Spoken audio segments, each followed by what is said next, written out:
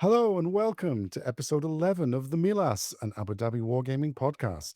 The Meelas podcast is hosted by me, Simon, and joining me virtually for this episode is my co host, Ibrahim. Salam alaikum. عليكم السلام. In this episode, we are covering our usual segments of what got played at the Milas and what's on the hobby table, as well as our main topic, which is pertinent to today, of how do you stay in the hobby when you can't play? So, even though I am bereft of Karak and Arabic coffee, I think I have regular black tea. That's about it. Let's get into it anyway. So, Ibrahim, tell me what got played at the Milas this week? So me and Adian tried out Legion Imperialis. It was really fun. It wasn't as complicated as I thought it would be. It's still a heresy game. Yay. Some things reminded me of other games where you have to allocate orders for each unit you activate. The Hmm. only difference is that you have to decide that before. So you have in drop fleet, you would decide which order you will take on the time of activation. The thing about Legion Imperialis is that you will choose the order at the beginning of the turn. So every unit will have its order allocated. So there's no going back on whatever order you allocate. So there's a lot of guesswork there because you have to think what your opponent is going to be doing and try to either counter it or maybe go after your own objective or what you want. Sometimes it can be funny because, like, I think by turn three, I just had all my units in fire first because whoever has fire first gets to shoot, and then the melee happens, and then the shooting phase happens because you don't know if you're melee gonna wipe out a squad, and then you can either prepare yourself to shoot them after the melee, something like that. It's really fun though. Imperial was fun. We'll definitely be playing it again. We're gonna have to see how Titans also get into it because we were just playing Mechanicum against Solar Auxilia. I had a basic Solar Auxilia list with a lot of tanks, but Hmm. also a lot of useless troops that get just removed, like they did not survive at all. And you also had those creepy spiders that Aiden brought in, and they're gorgeous. Like they're really nicely painted. Loved seeing a fully painted table of tiny little models. And yeah, it was a lot of fun. Adam and I played the Halo Flashpoint also again. Uh, Oh, yeah. it was my ODSTs against his brutes again. Hmm. We played King Yeah. of the Hill and realized that dying in this game can be very beneficial because the objective moves every turn. You kind of want that flexibility where your units come in from. So that was also really fun. Halo Flashpoint is becoming very much a thing because it's easy to. Again, it's like Blood Bowl where you just set up in 2 seconds and then you're set. Yeah. Pick Uh, up the board and play kind of thing. exactly that, yeah. Which is also great to have sometimes. You can have like a small easy game and then a more complex game afterwards. Yeah, yeah, definitely. It's not something you can do a large game of heavy and mental stress all the time. It's nice to have, pick up something easy and just roll some dice and go, yeah, done, before you go back to, the brain intensive work. Exactly that, yeah.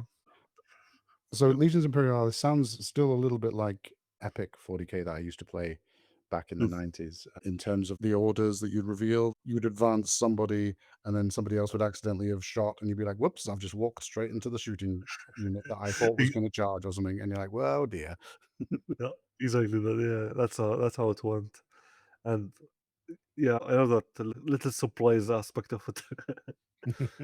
Uh, So between Legions Imperialis and Halo Flashpoint, I guess that kind of wraps up the what got played. that's pretty much it. Okay, fantastic. So it seems like the Milas in the last week or so has been a little bit more of a hobby center than it has a gaming center. So what's been on the hobby table? I gather you have been finishing off your Custodes 2K points. Y- Is that right? Yes, sir. Finally, I've been putting that project on the side for too long, but yeah, finally done. Uh, I think I also will be doing some more troops, maybe a small token force of Imperial Fists just to go along with the Custodes and another Dread, but that's it. Yeah, so it's been fun. Yeah, yeah, Um, and not too high a model count as well to get up to a decent sized force. Hardly a thing. Like I think it's around 24 models, and that's it, which is nice to have, quick to do. It didn't take long to finish. I just procrastinated it for way too long.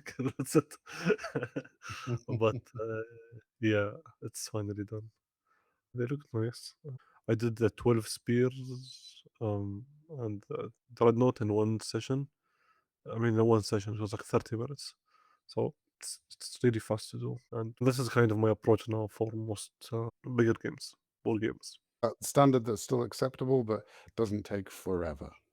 Yeah, exactly that. Yeah. Yeah. And the guys were also really busy. Sohail was still running through his Krieg. He was Yep. working with his riders, 300 riders that are about 50 points. Thing with those is there's so much detail on them because I've got a set of Astra Militarum horses as well, and the new Mm, models have got so much detail that even when I was yeah. putting together, I was like, "Oh my god, this is ridiculous for a chaff unit almost." Very Mhm. glass cannon. Oh, yeah. But he's doing it the right way where he's segmenting what he paints so it doesn't Mhm. burn you out really fast. So he's like in the last final stages of that. So, That's um, great. I can't wait to see the yeah. full army laid out in all its glory before it gets shoveled back off into the box. Same, same. Yeah, he keeps pushing me to start armies to do that, and I guess Custodes are ready to one of my joint forces for Have you Eleanor. got enough attacks to kill that many, though? No, never, never. Just 300 units. Do the math. How many attacks do I get every turn? I Custodes True. actually can do it. No, quite.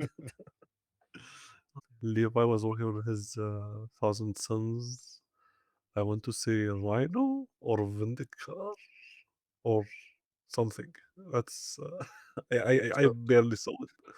we're sure it was a Rhino chassis. We just don't know what it was. Is that what you're trying to tell me? Yes, it was a red box. It was. You've gone full Dawn of War. It was a metal box, but I don't know what it It was a was. exactly that, yeah. It was a metal red box, but I don't know what it was. But that's we were also discussing when we will work on our module stuff, so that's also on the table. Ooh, nice. Because your For Chaos Warriors will be turning up at some point. yeah, and Levi has his cafe as well, so that will be fun to Nice, try out. nice.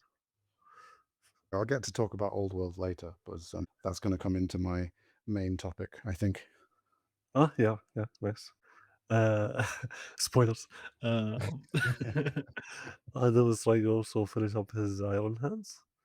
He was working on a whatnot.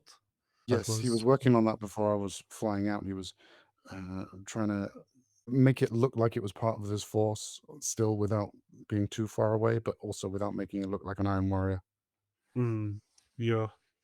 Well, he's been doing amazing with that. Honestly, like they're really coming together, and the way he adds the transfers, the reds, the whites on the models really distinguishes them from Iron Warriors. Like we used to joke that they look like Iron Warriors, but they don't. Not anymore, at least. With not too many games, a core group of guys who have been doing their hobbying. This is mostly because it is summertime in the UAE. And when summertime comes, people go do other things in other places, partly to escape the heat, partly because it's summer holidays. And this is exactly what I'm doing, which is why we are virtual today. So, what that led us to in terms of what we were going to talk about today is how do you stay in the hobby when you can't actively play? Really good question. So, it is a good question, I think. So, one that I have been wrestling with for the past week or so. What I would like to know from you is what do you count as the hobby? What is doing the hobby staying in the hobby? Well, for me, it's definitely the painting, looking up how to make lists, because the hype stays with you. And honestly, there's not really a specific definition of what's exactly the hobby. Nowadays, people would even consider playing Space Marine 2 as part of hobby, apparently. So when you don't have access to your usual setup, that's when you really get hyped up about getting back to it. And then it's gonna throw you into like different directions, into the schemes you want to do, the backgrounds of your armies that you also want to write up or explore more towards. There's also the list building becomes an obsession, because I remember every time I was away from my setup, those were the things I went insane about. Especially like I remember the last time I didn't hobby for a while. I ended up making my lighthouse background lore. But Mhm. yeah, yeah, and I think I'd I'd really love to see your views on that. Since it's more fresh for you now, since you're away.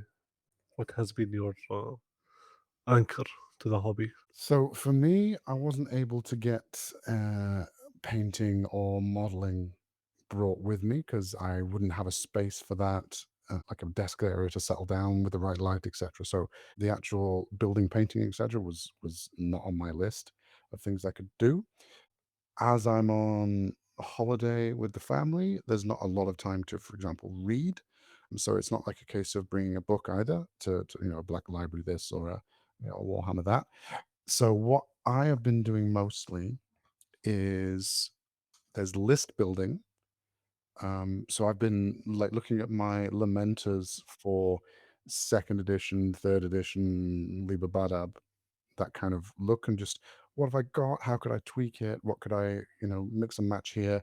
Just messing around on New Recruit on my phone when I've got a few minutes.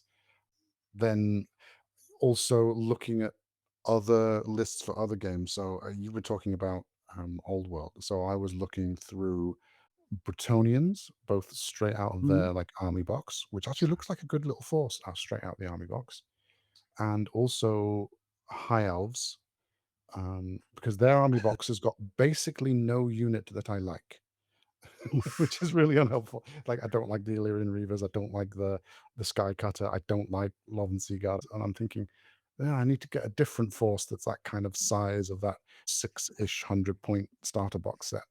So I've been looking at those two and just tapping away on my phone every so often. I've been listening to podcasts.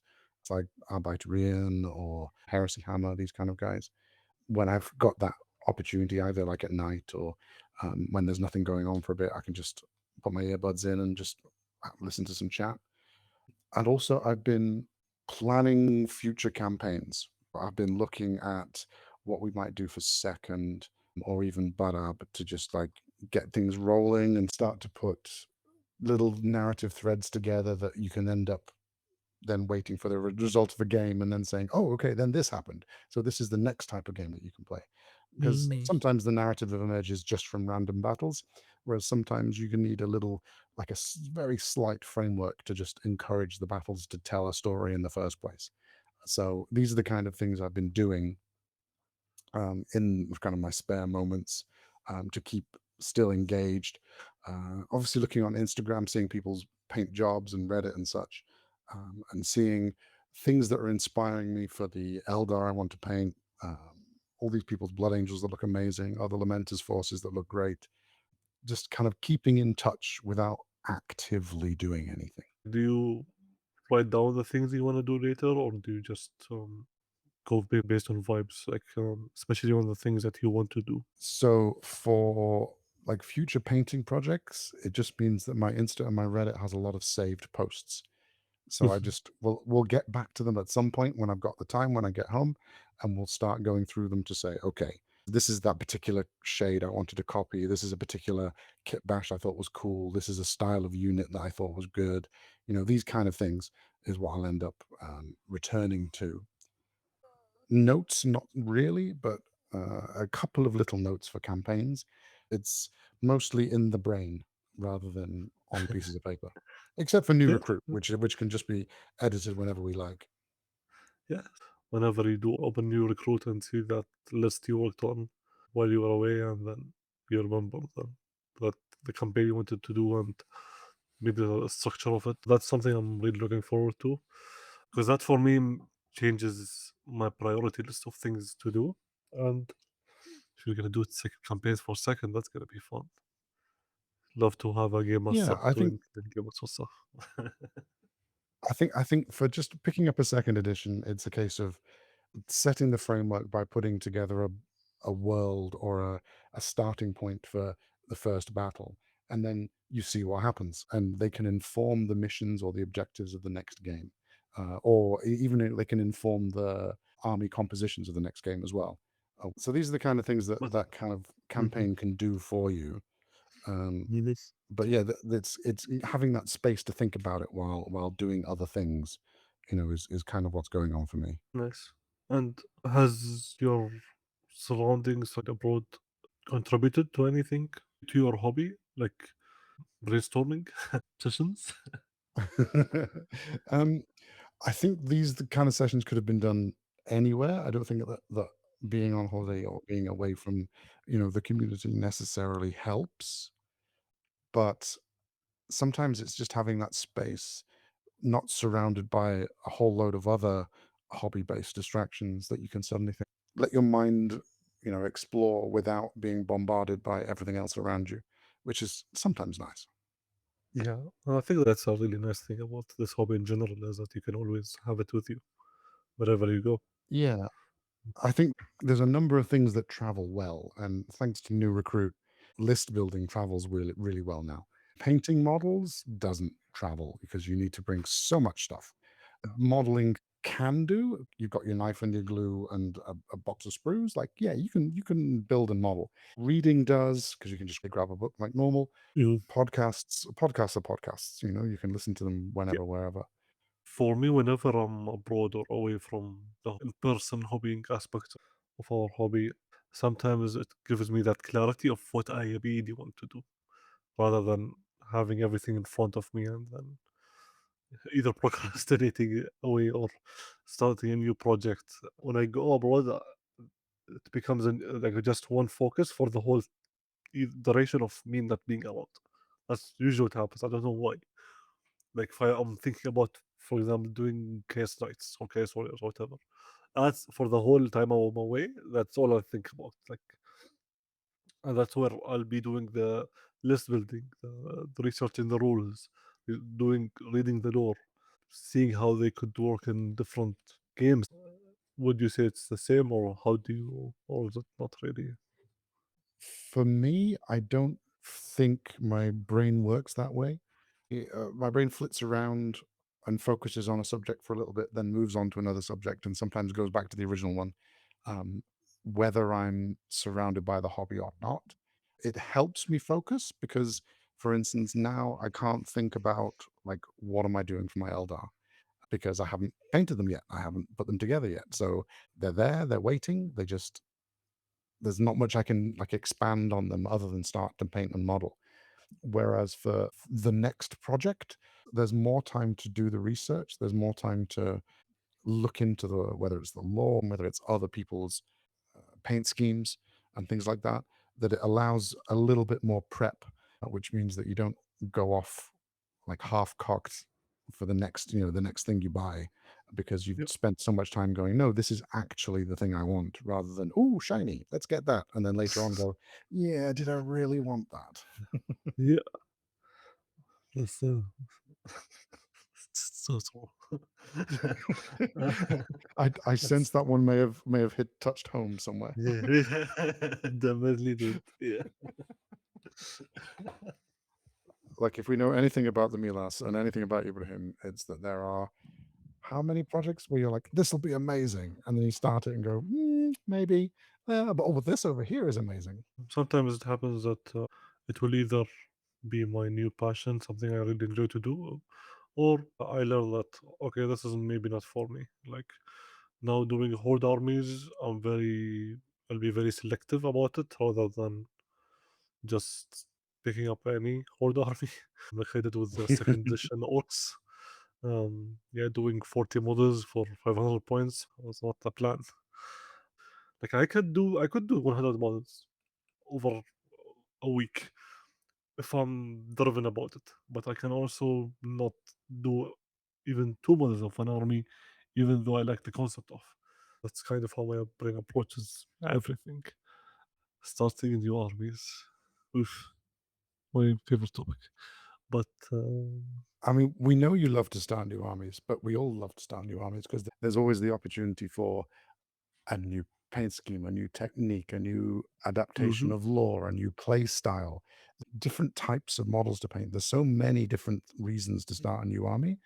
It just has to be directed in the right way. Otherwise, you end up with 300 individual units for different game systems that you never play. true. Yeah, that's kind of my new approach is just to focus on one thing and not mix projects midway. So like now I'm doing my Custodes, that's all I'm doing. My next thing will be doing the tank and I don't remember what's it called, the Spartan thing for the Custodes. I also have my Tribune, so that's kind of the new approach. Like, sure, I'll do all of like 700 armies I want to do, but I'll I'll do them one by one rather than having little palette cleansers in the middle. Sometimes it's good to do that, but sometimes it can be detrimental to your flow, which you don't want. And I think that's when, honestly, having a little bit of space from the hobby can give you clarity on what you want to do, at least for me. Yeah, without the ability to actively get into a particular army, you then suddenly you can take that step back and go, is that actually what I want to do, or is it just a Hmm. passing bit of FOMO or a bit of interest? And Yeah. then when you're sitting there without the ability to do it, you can come back to it and then go, this is the thing I've been thinking about for 2 weeks, and I really want to build this. I really want to build that. Like I'm thinking about my Eldar, for example, but Hmm. also I'm thinking about expanding the Lamenters with the models I've already got. And yes, I could move to the Eldar, but actually I could just expand those to the 1500 points. And then I know that I'll come back to and go, yeah, I'll pick this up again and maybe save the Eldar for another few models time because I want to just not finish the Lamenters off, but more develop them into giving them a few more options before I get Hmm. this Eldar army done because I really want to do them properly. So it's like, can I finish off, tick a few different boxes that I'm really interested in now, and then those Eldar are getting all the attention and top standard painting even for ordinary squad guys because I want them to be as good as I can make them. Hmm. Yeah, those passion projects, I like to call them. They feel like the fruit of everything, the fruit of your labor. Like after doing everything else, that's gonna be like your peak that you also want to work through afterwards. Like you don't want Yeah. it to be the final step of where you are. You just want to keep on going, getting better, which is a nice goal to have. And these can be really fun. Like I remember doing that with my orcs for Age of Sigmar, and they were a lot fun to do because that was my approach to them. Is I wanted to do even the basic troops as best as I can, and it was really fun to do, especially like orcs. Orcs can it's always fun, Yeah. but the problem with orcs in general is that you're always gonna end up with a horde army. So, Yes. If you want to do high quality and a horde army, it's going to take a very long time. and can be mentally exhausting, honestly. Yeah, absolutely. Yeah, just getting through it all. They help me as a group to keep me together and not have me diverge into 7 different games nowadays, at least. Having the Meelas, our WhatsApp group, and the various other community groups that we can just drop in and see. Okay, other guys are still painting, other guys are playing. We're talking about the latest releases. Whether it's Heresy, Old World, whatever. Picking up the latest bits of news. Like we're still staying connected, even if we're Mm. not gaming and building in the same same continent. Never mind the same room. Yeah, yeah, it's interesting times. So yeah, this is how we stay connected when we can't actually hobby in the same place. You just have to keep in touch. and you just have to Yeah. make the time to do the bits of hobby that are relevant for where you are, Hmm. which could include, visiting a friendly local gaming store in a different country. It could include just list building, or maybe you're just soaking up the hobby in terms of getting inspired and taking that little break and really focusing down on what it is that you want to do. Hmm. Yeah. That's the beauty of it. Again, I think that's what makes our hobby special is that you just need to have your brain around to actually hobby. And that is true. Now, that's not something I can always claim to have present, but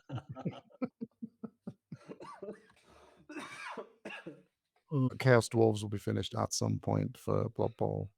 Yes. They'll have done. I just need to do the centaurs and then some goblins, which I Yeah, don't think will take as much time. Like especially the hobgoblins, I'll probably do all of them at the same time, and I won't yeah. do the whole set. Like I'll need maybe five. Trying to just paint what I need, not paint everything that's available. Yeah, see, I've done that with the Lamenters. I painted what I've needed and then gone, I could just do this. And oh yeah, I've got that spare rhino. Mm. And then all of a See, sudden, you have 5k points of Lamenters, but that's when you know that you're enjoying it. You know? Sometimes you don't want to overdo it on something that is a nice project between projects, which is always good to have. they're definitely a mini project that has expanded in a little bit of scope, but Yeah, it's expanded because I've enjoyed it yeah, rather than I have to. It's like, oh, okay, that's a good little force. That's fun. And yeah. okay, That's next, fun. now I can start something afresh. Yeah, sometimes those are the really fun projects that it's not that you don't expect them to be fun. It's just sometimes you're just hit by how fun this is compared to, for example, something else you were doing. Yes, Uh, like thinking about my Space Wolves, they've been I've been doing them at relatively high quality for me, and I think overall they're probably my best looking army that I've done recently over the past few years. But even getting to the final model and trying to get the Storm Eagle done, I was just thinking, ugh, I have to yeah, go through this. So complete the Space Wolves, complete the Lamenters, and then sit with my Eldar and we'll see what happens. yeah, that's having also that structure, plan of what to do next is also good to have because that could be Yeah. a motivator. Like you're already doing your um, space wolves, for example, but you know that after that you'll have Elder to do, and you're really excited to do the Elder, but you need to finish up the space wolves first before getting into that. Sometimes a good motivator, unless it feels like it's a bit too homeworky.